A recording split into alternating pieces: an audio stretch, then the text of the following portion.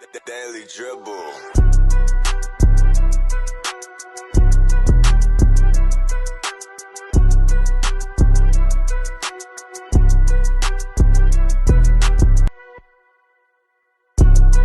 And welcome back to the Daily Dribble podcast, guys. As always, I'm your host, Nick Zammit, here back for the final installment of our NBL show for season 2022 and 2023, should I say.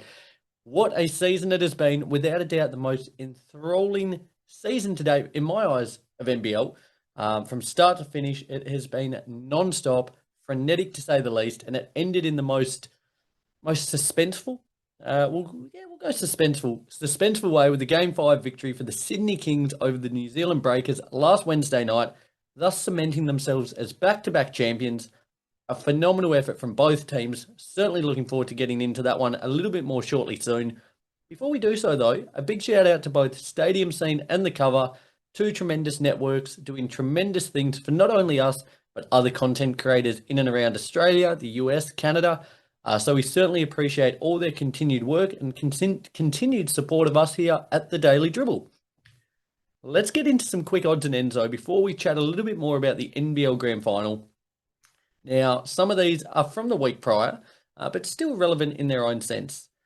We'll start with a little bit of free agency news. Now, I'll be sure to keep you guys up to date with all the fallout over the coming weeks as that really kicks off. But just a couple of quick points here with trade news and free agency.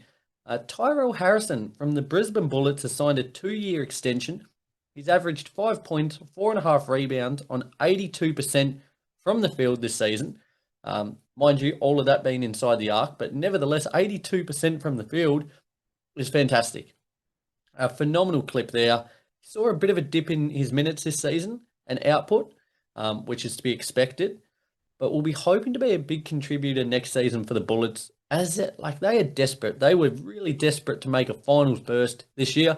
Wasn't to be the case. In many people's eyes, they were arguably one of the favourites to not even make the playoffs. Or the play-in, should I say. They will be desperate to return to that former glory and to make themselves the most competitive team possible. So they'll be hoping Harrison can be a big part of that. And again, I've spoke about it with other teams over the last few weeks. Start to build a little bit of continuity within the squad. On other Bullets news, Tanner Krebs has also decided to test his value in free agency. Now, for me, being a Tassie boy, Krebs being a Tassie boy as well, should I say, it would be great to snag his signature. Now, it's a name we've been rumoured with over the last couple of weeks, but I would love to have this one put pen to paper. Let's get it done. Krebs down here with the JackJumpers. That would be a fantastic acquisition. And for him as well, the home crowd would just go absolutely bananas to have him playing for us on My State Bank Arena as opposed to being the opposition. So hopefully that one falls into place. In other news, Anthony Drimmich will become a free agent after both him and the Adelaide 36ers opted out of the contract that they had in place there. They were looking to opt out and then renegotiate, but they weren't able to snag a deal in this one. Now, a bit of a breakdown, whether that's money, whether that was role. Not sure what the case was there, but Drimmich will also be a free agent. Likewise, Robert Franks for the 36ers isn't expected to return, nor is Daniel Johnson. So, again, another team that was probably, for most pundits out there, their favourite heading into the season. They fell well short of expectations. Again, they're going to have a lot of work to do this off-season to reach the lofty expectations that they've put on themselves as a franchise now.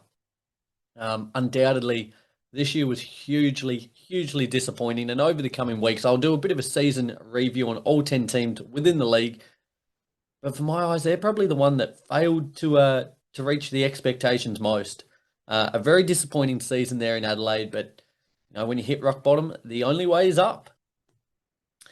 Speaking of free agent, Ben Eyre from the Cairns Taipans will also become a free agent after his team option wasn't picked up, much to my surprise. Now, there will no doubt be plenty of suitors for Ben based on his playoff performance there. He was fantastic against the Sydney Kings with the undermanned Taipans, was really a shining light and certainly didn't hurt his contract chances at all with the displays he put in. So, again, another name that's somewhat been rumoured with the JackJumpers. Would love to see him make the transition down south. but watch this space as well. Speaking of Jack Jumpers, there's quite a bit of news happening down here in Hobart at the moment.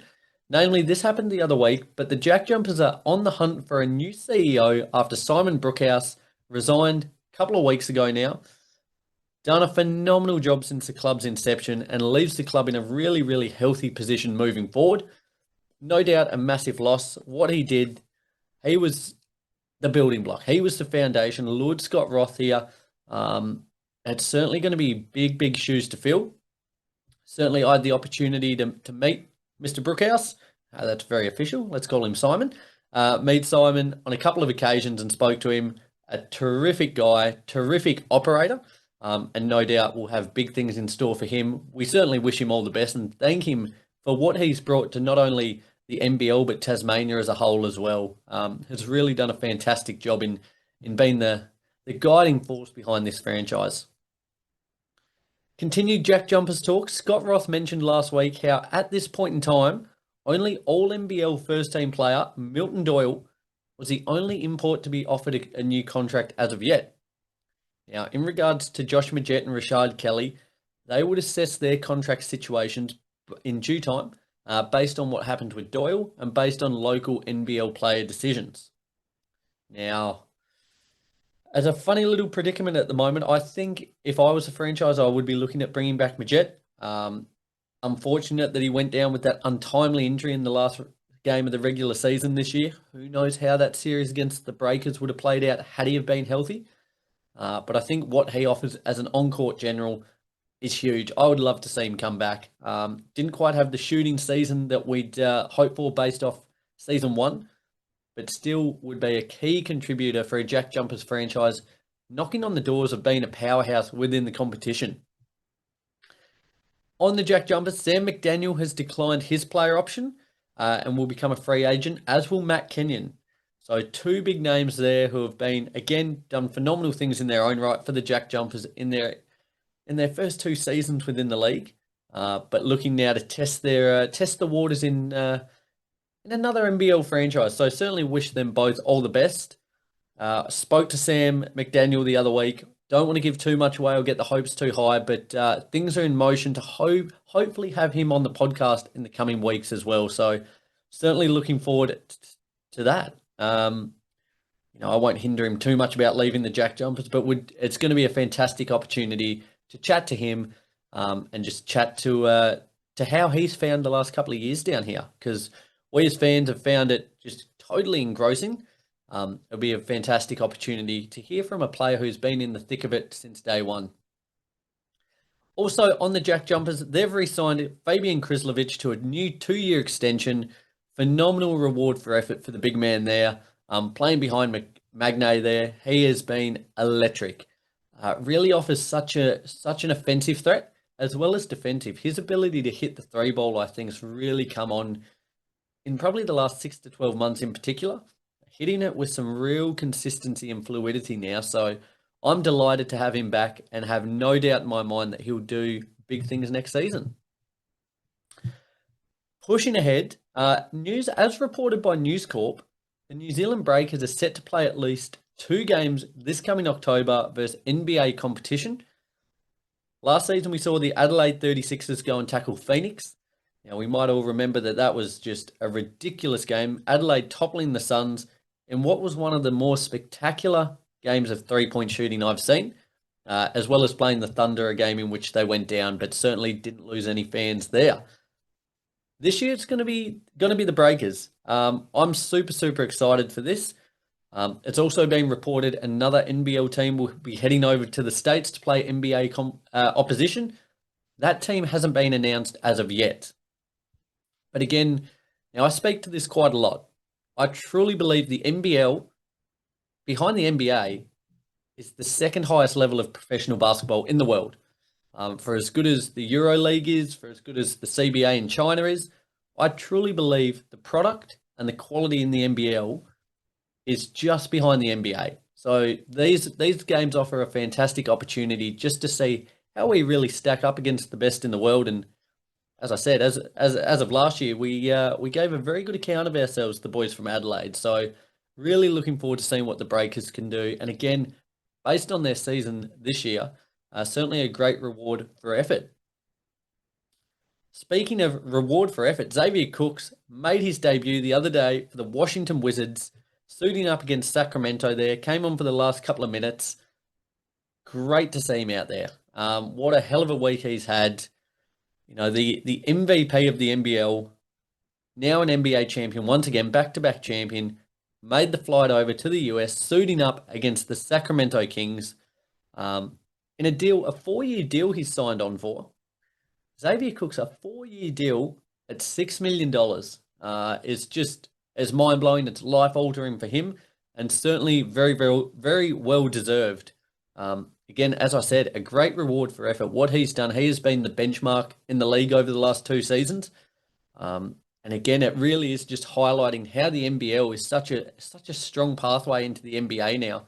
And certainly looking forward to seeing Cooks hopefully flourish there as Jock Landale is. As a multitude of other players are from the NBL. So really good things there. Likewise announced Jarrell Brantley from the New Zealand Breakers. He received a 10-day contract with the Utah Jazz. Had a ridiculous season. Really stepped up big time for a Breakers team that had been languishing the last couple of years. Got them right back into the foothold of the league. Got them into the NBL finals, was a big part of that. So he gets the opportunity he deserves. He's hoping he can lock down a spot, but I think he's certainly got a spot in the league. If it was me, I think what he can offer on both ends of the floor, they'll find a spot for him somewhere. Let's push ahead into a very brief recap of the NBL. Granted, it's now nearly a week since it culminated. I'm sure a lot of you who tune into this show, you've already read all the articles, seen all the clips. So we'll do a pretty quick review of, review. I was about to say preview. Let's go a pretty quick review of this one. Game 3, the Kings battered the Breakers 91-68 in front of a record NBL crowd. 18,049 packed Kudos Bank Arena to see a very comprehensive second half performance there. After trailing by 4 at halftime, the Kings just went absolutely bananas, outscoring the Breakers 48-21 in the second half. It really was probably one of the most complete halves of basketball I've seen this season. So a record crowd there. Game 4 in front of a record crowd in New Zealand there in Spark Arena. 9,742 fans saw the Breakers knock off the Kings 80-70. Slow Kings from the start. They were really they were able to turn it into a real tussle, but the Breakers were just able to kind of what's the word? Solidify? Yeah, that's the one. I had another word in my head, but I got getting tongue tied tonight. Before the Breakers were able to solidify in the fourth quarter, outscoring the Kings 26-18 to help punch their ticket into that do or die game 5. Now, I said going into the series, it was going 5. I picked the Breakers. It wasn't to be. Again, in front of a new record crowd, a new NBL record crowd, 18,124 fans, packed Kudos Bank Arena to see the Kings outlast the Breakers in what was, it was a roller coaster of emotions, to be honest. If you're a fan of either team, fair play to you. If you're still here, my heart would have probably burst out of my chest. The Breakers really came out with an intent and aggressiveness, and because of that, we're able to get the Kings into early foul trouble, which translated into the Breakers taking a 22-11 lead at quarter time. From there, though, the Kings were able to roar back in that second quarter off the back of the Breakers getting good looks and not converting, while Xavier Cooks really got busy. Helped close the gap to 1 at halftime, trailing 35-36 at the half. Now, the bane of the Breakers' existence this series, should I say, was third quarters, and it looked like that was set to continue as the Kings went up by 4, but the Breakers were able to storm back as well in that third quarter, getting it back to a tie score at 56 apiece heading into the last quarter. Now, it's everything you dream for. As a neutral fan, the final game of the season, Game 5, boys 2-2, Game 5 going to a quarter 4 with scores tied. it doesn't get much better than that. And for all intensive purposes, it looked like the Breakers were going to run away with it. They were up by 7 in halfway through the fourth quarter before the Kings just went absolutely bananas, showing the real heart of a champion, going on a 14-0 run, aiding them to victory, 77-69. As I said, clinching back-to-back titles. Wow, what a game. First and foremost, shout out to Derek Walton Jr., crowned finals MVP. Very well deserved. I thought Justin Simon was going to get it, in particular with the way he played across the first couple of games. Might have been a little bit of recency bias there, but taking nothing away from Walton Jr. Fantastic season for him, all NBL first team, capping it off with the finals MVP. But my man of the match, and regardless of what you think in a box score sense, was Angus Glover. Now, Ro and I have spoken about quite extensively. It's not a hate. Hate's a very deep word, but a dislike for this guy. Just partly because he's hit so many big shots against us, even in our 2-year infancy. But Angus Glover showed the real heart of a champion. In the third quarter, the man looked like he could barely breathe, barely stand up, barely move. And Chase Buford rolled the dice. Brought him back on. Effectively, I thought they were going to be playing 4v5. But Glover came back on death's door when the chips were stacked against the Kings. He came up big, getting offensive boards, hitting big shots, absolutely busting his ass. As I said, I'm sure a lot of you guys watched the game or have seen all the clips and everything surrounding it. But for me, in a sporting sense, not just basketball, not just NBL, Angus Glover put in one of the most gutsy performances I've ever seen. And to be fair, if he didn't suit up, I dare say the Kings wouldn't be NBL champions now, would be singing the plaudits of the Breakers.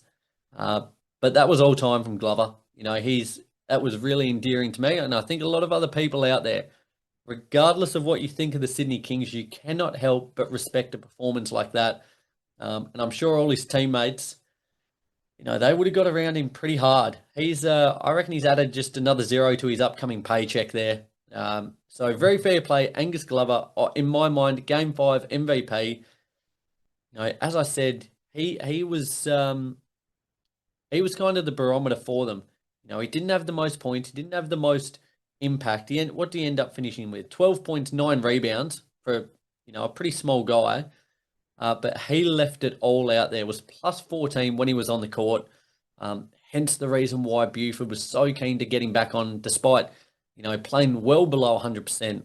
So fair play there to Angus Glover, the Sydney Kings back-to-back champions. As I said, taking nothing away from the New Zealand Breakers. A real rags to riches story. They were a handful of minutes away from being NBL champions. As I said, when they were up 7, halfway through the fourth quarter, I thought it was just about curtains. Unfortunately, some pretty lackluster offensive possessions derailed them, and the Kings just turned up the heat. So, as I said, true heart of a champion. Looking forward to over the coming weeks doing a bit of a season review there. A lot to break down. I have no doubt in my mind the Breakers, should they keep this core intact, again, we'll be in and around the mix. The big point of concern, I think, is whether they can keep William McDowell-White, who, for me, he probably would have been finals MVP had the Breakers won this one. But there's 8 teams currently vying for his signature at the moment. A very, very hot commodity come free agency. Certainly looking forward to seeing where he ends up. The JackJumpers are in and around the mix, as they seem to be with everyone at the moment. But looking forward to seeing how that plays out, guys. As I said, this was kind of the final episode of season NBL 2022-2023. That being said, at this stage, things look set to be continuing. I'll keep the show running with our NBL focus show over the coming weeks, looking at free agency, looking at season reviews. Dare I say it, the season, there's about a 6-month break, so I'll probably have a little bit of a rest in between there. But the content is non-stop. So I implore you guys, if you're not already, follow all the socials, Instagram, Facebook, YouTube, Twitter, TikTok, to get all the latest news as it breaks, as well as subscribing wherever you listen to the show, whether that's YouTube, Apple Podcasts, Spotify, or any other leading podcast providers. As I said, had a few conversations during the week, looking to get some guests on board, some pretty notable names there. So stay up to date with that, guys. A lot to look forward to. I'll be back again this week with Rowan Lee for our NBA focus show. Looking forward to chewing all the fat with the lads as we rapidly approach the NBA, should I say, playoffs. Very exciting times indeed as a basketball fan. So really appreciate all the continued support. I've had a shocker tonight. Just tongue-tied to the nth degree. So I reckon that's my cue to wrap it up. But I can't wait to talk to you guys again soon. Till then, have a fantastic week and enjoy everything from the NBA. See you guys.